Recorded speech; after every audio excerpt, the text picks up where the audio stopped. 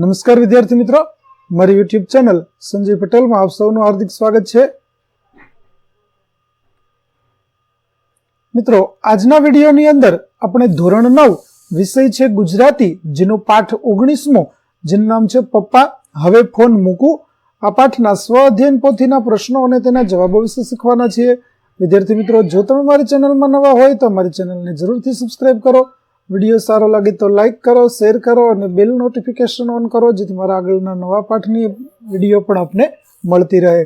તેમજ વિદ્યાર્થી મિત્રો, આ પાઠની પીડીએફ જોવા માટે પ્લે સ્ટોરમાંથી અમારી એપ્લિકેશન વિશ્વગુરુ એસટીડી 1-12 ગુજરાતી ડાઉનલોડ કરી તમારા મોબાઈલમાં ઇન્સ્ટોલ કરો, જેમાં આપને ધોરણ 9 તમામ વિષયની સ્વઅધ્યયન પોથીના સોલ્યુશન જોવા મળશે. જેમાં સ્વઅધ્યયન પોથીની અંદર ધોરણ બતાવશે, ધોરણ પસંદ કરશો એટલે વિષય બતાવશે, વિષય પસંદ કરશો એટલે પાઠ બતાવશે. જેમાં વિડીયો ઉપર ક્લિક કરશો તો વિડીયો જોઈ શકશો અને પીડીએફ ઉપર ક્લિક કરશો તો પીડીએફ જોવા મળશે. તો આશા રાખો છો અમારી એપ્લિકેશન આપ સૌને ગમશે. જરૂર ડાઉનલોડ કરજો મિત્રો. તો ચાલો મિત્રો, હવે શરૂ કરીએ પાઠ 19મો. પ્રશ્ન 1, નીચેના જોગ્યા યોગ્ય રીતે જોડી અને ફરીથી લખો. જેમાં પહેલું હોસ્ટેલ, તો તેની સામે આવશે છાત્રાલય. ત્યાર પછી ખીજ, તો તેની સામે આવશે ગુસ્સો. ત્યાર પછી આંજવું, તો તેની સામે આવશે આંખમાં સમાવી લેવું.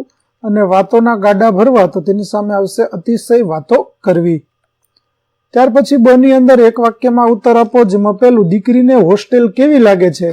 તો દીકરીને હોસ્ટેલ કાંટા જેવી લાગે છે. છઠ્ઠું, દીકરીના મતે માતા માટે કઈ બાબત લાગુ પડતી નથી? તો દીકરી માતાના સૌ સપનાઓ ઊંઘમાં આંજે છે, અર્થાત એ ભૂલી નથી, તેથી માતાએ તેની ચિંતા કરવાની જરૂર નથી. સાતમું, એસટીડીની ડાળથી ટહુકું કહીને દીકરી શું કહેવા માંગે છે? તો એસટીડીની ડાળથી ટહુકું કહીને દીકરી પિતાજી સાથે મીઠી મીઠી વાતો કરવા માંગે છે. ત્યાર પછી ક 3-4 વાક્યમાં ઉત્તર લખો. જેમાં 8મું, માતાના સ્વપ્નો દીકરી ક્યારે યાદ કરે છે? તો પુત્રી પપ્પા સાથે ફોનમાં વાત કરે છે ત્યારે મમ્મી બાજુમાં ઊભી હશે એમ સમજીને મમ્મીને યાદ કરાવે છે કે તારી દીકરી તારા સપના, ઈચ્છા, અરમાનો ઊંઘમાં જે છે, અર્થાત એ ભૂલી નથી. 9મું, દીકરી પોતાની માતા વિશે શું કહે છે? તો દીકરી પોતાની માતા વિશે પોતાના પપ્પાને કહે છે કે એ ભોળી છે, ભૂલકણી છે, ચિંતાળુ છે, એટલે એની વાતનું કશું માઠું નહીં લગાડતા. તેમજ તેની દીકરી તેની માતાઓના સપનાઓને ઊંઘમાં આંજે છે, અર્થાત તેને યાદ કરે છે. ત્યાર પછી 7-8 લીટીમાં ઉત્તર આપો. જેમાં પહેલું, પિતા સાથે પુત્રીનો આત્મીય સંબંધ આ કાવ્યમાં કયા કયા શબ્દ પ્રયોગો દ્વારા વ્યક્ત થાય છે? તો પપ્પા હવે ફોન મૂકું એ પ્રશ્નથી કાવ્યની શરૂઆત થાય છે. અહીં પુત્રી પિતા વચ્ચેનો આદરભાવ પ્રકટ થાય છે.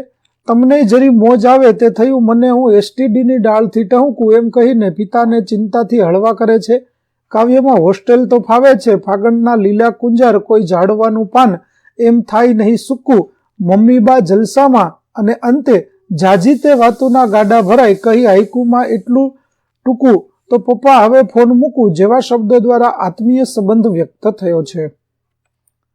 ત્યાર પછી 11મો પ્રશ્ન છે, આ ગીત રચનામાં દીકરી ઘર માટે કઈ કઈ ચિંતા વ્યક્ત કરે છે?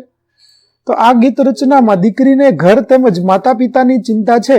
દીકરી પોતાના પિતાને એની માતાનું ધ્યાન રાખવા જણાવે છે, તેથી તે પિતાને વિનમ્ર ભાવે કહે છે કે માં ભોળી, ચિંતાળુ અને ભૂલકણી છે, એનું માઠું નહીં લગાડતા.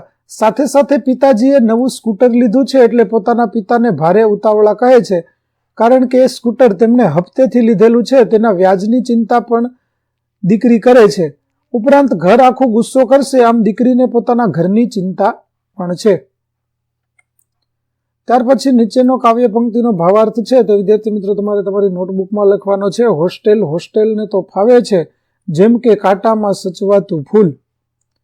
ત્યાર પછી વ્યાકરણ વિભાગની અંદર પેલું છે સાચી જોડણી લખો. જેમાં લીલી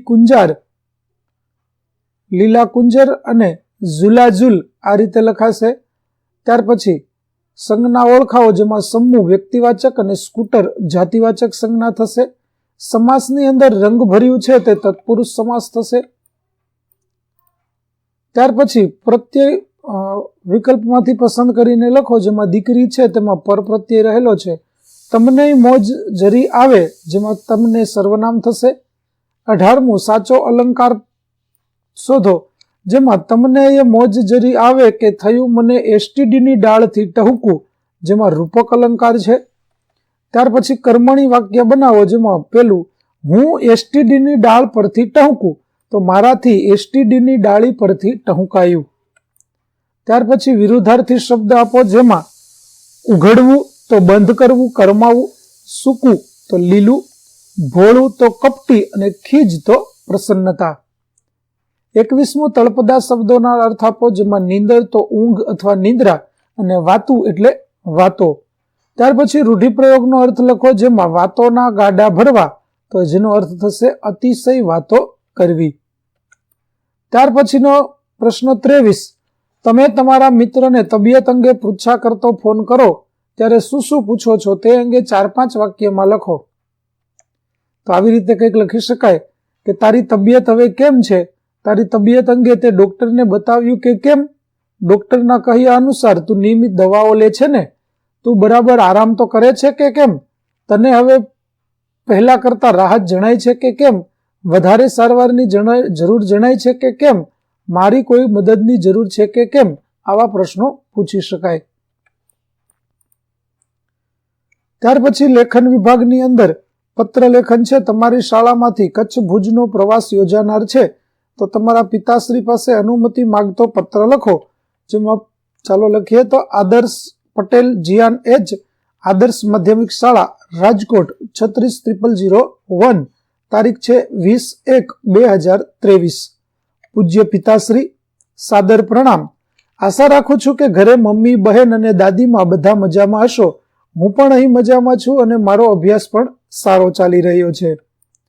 પૂજ્ય પિતાજી, હું તમને જણાવવા માંગુ છું કે આવતા અઠવાડિયામાં અમારી શાળામાંથી કચ્છ ભુજના પ્રવાસનું આયોજન કરવામાં આવેલ છે, જેમાં મારા મિત્રો પણ જવાના છે. આ પ્રવાસમાં કચ્છ ભુજના વિવિધ સ્થળોની મુલાકાત, જેવા કે કચ્છ મ્યુઝિયમ, પ્રાગ મહેલ, દાદા હરીની વાવ, હિલ ગાર્ડન, મુન્દ્રા બંદર, ગાંધી સમાધિ મંદિર, જેસલ તોરલની સમાધિ, કચ્છનું રણ વગેરેની મુલાકાત લેવામાં આવનાર છે. આ પ્રવાસમાં 2 રાત્રિ રોકાણનું આયોજન પણ છે. પ્રવાસની અંદાજિત ફી 2000 શાળા દ્વારા નક્કી કરવામાં આવેલ છે. આ પ્રવાસ મારા માટે ખૂબ જ યાદગાર બની રહેશે, તો મને આ પ્રવાસમાં જોડાવાની સંમતિ આપવા વિનંતી છે. તો આશા રાખું છું કે આપ મને પ્રવાસમાં જવાની મંજૂરી આપશો.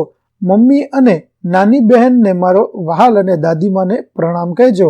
આપનો પુત્ર જીયાન. તો વિદ્યાર્થી મિત્રો, અહીં આપણું ધોરણ 9 નું પાઠ 19મો પપ્પા હવે ફોન મૂકું ના સ્વઅધ્યયન પોથીના પ્રશ્નો અને તેના જવાબો છે તે પૂરા થાય છે. આગળના પાઠના સ્વઅધ્યયન પોથીના પ્રશ્નો અને તેના જવાબો મેળવવા માટે મારી ચેનલને જરૂરથી સબસ્ક્રાઇબ કરો. તેમજ પીડીએફ જોવા માટે પ્લે સ્ટોરમાંથી અમારી એપ્લિકેશન વિશ્વગુરુ STD 1-12 ગુજરાતી ડાઉનલોડ કરો, જેમાં આપને ધોરણ 9 તમામ સ્વઅધ્યયન પોથીના સોલ્યુશન તેમજ સ્વાધ્યાય સોલ્યુશન પણ જોવા મળશે. તો આશા રાખું છું અમારી એપ્લિકેશન આપને ગમશે. જરૂર ડાઉનલોડ કરજો મિત્રો. તો ચાલો મિત્રો, હવે ફરી મળીશું નવા પાઠ સાથે. ત્યાં સુધી આવજો.